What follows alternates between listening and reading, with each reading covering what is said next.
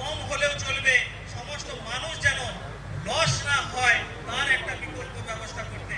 তো সেখানে আমরা 300% জায়গাটা এনেছি এই কারণে যাতে সমবন্টন হয়। একজন মানুষ $1000 ইনভেস্ট করার পর $1000 100 গুণ পেয়ে গেছে, কেউ 200 গুণ পেয়ে গেছে, কেউ 2 গুণ পেয়ে গেছে, কেউ 3 গুণ পেয়ে গেছে, কেউ 5 গুণ পেয়ে গেছে। সেইভাবে যদি চলতে থাকে তাহলে আমরা কি, আমাদের হিসেব কি বলে, আমরা কি সকলকে সেইভাবে দিতে থেকে এগিয়ে যেতে পারবো? তাহলে আমাদেরকে একটা সমবন্টনের জায়গায় আনতে হবে। সেই সমবন্টনটা কি? তাদের একটা জায়গায় রেখে দিয়ে যাদের ইনকাম হিউজ আছে তাদের একটা জায়গায় আটকাতে হবে, এবং যারা এখনো পর্যন্ত প্রফিটেবল হয়নি কোম্পানি থেকে, যারা এখনো পর্যন্ত আসল টাকাটাও পায়নি ট্রেডিং থেকে, তাদের জন্য কিছু ভাবা দরকার আছে কি নাই? তাহলে আজকে একজন ব্যক্তিকে যদি আমি বলি 300% এর কথা, সেটা তাদের জন্য আটকাচ্ছে যারা বেশি প্রফিটেবল হয়ে গেছে তাদের আটকাচ্ছে, না যে এখনো আসল টাকা পায়নি তাদের জন্য আটকাচ্ছে? সেক্ষেত্রে আমরা এই নীতিটা নিয়েছি এই কারণে, আমরা চেয়েছি কোম্পানি ভালোর জন্য চিন্তা করেছে, তাই কোম্পানির হয়ে যারা লড়াই করছে তাদেরকে আটকেছি, যারা ইনভেস্টার তাদেরকে নয়। কোম্পানির জন্য যারা কাজ করছে তাদের আঘাত হয়েছে, যারা অনেক বেশি প্রফিটেবল হয়েছে যে কোনো আইডি থেকে তাদেরকে আটকানো হয়েছে। যে এখনো আসল টাকা পায়নি তার কোথাও আটকানো হচ্ছে না, তার কোথাও প্রবলেম হচ্ছে না। ডেটা পেমেন্ট নিয়ে প্রশ্ন আসছে, আমরা ব্যাংকিং পেমেন্ট করতে থাকি, আমরা ফরেক্স ট্রেডিং করি, ফরেক্স ট্রেডিং এর কি কি নেগেটিভ দিক আছে প্রতি মিটিংয়ে আমি আলোচনা করেছিলাম কিনা?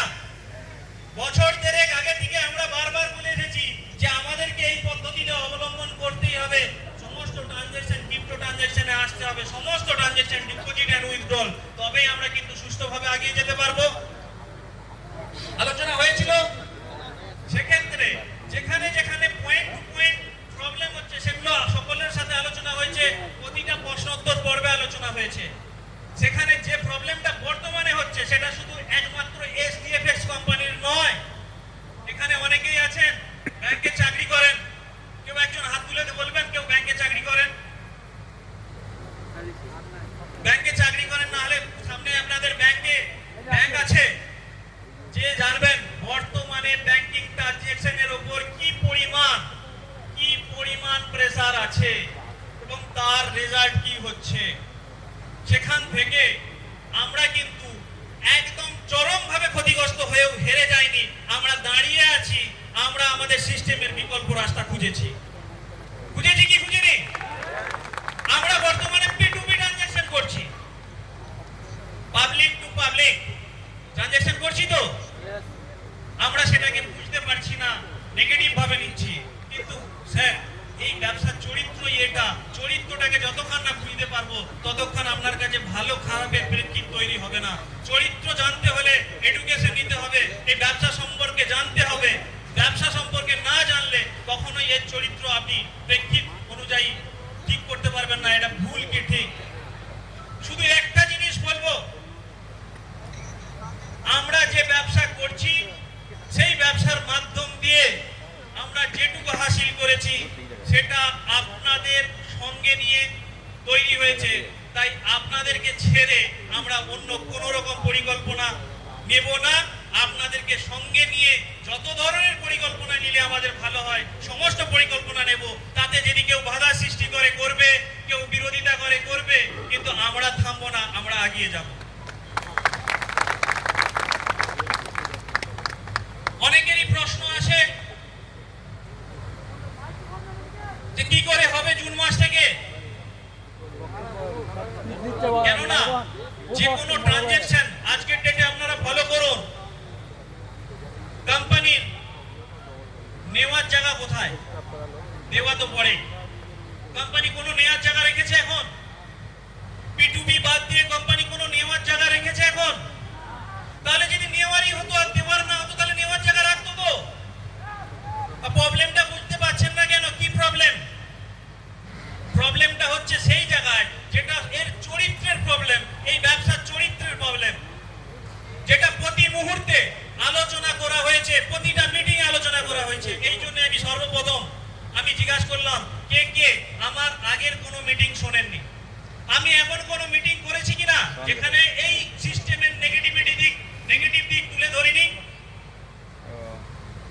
অবশ্যই সমস্ত নেগেটিভ দিক তুলে ধরেছি। কোথায় কোথায় নেগেটিভ আছে, কোথায় রিস্ক আছে, কখনো বলেছিলাম জিরো রিস্ক নয়, কিন্তু মিনিমাম রিস্কে আমরা কিন্তু ম্যাক্সিমাম গেইন করার সুযোগ পাচ্ছি।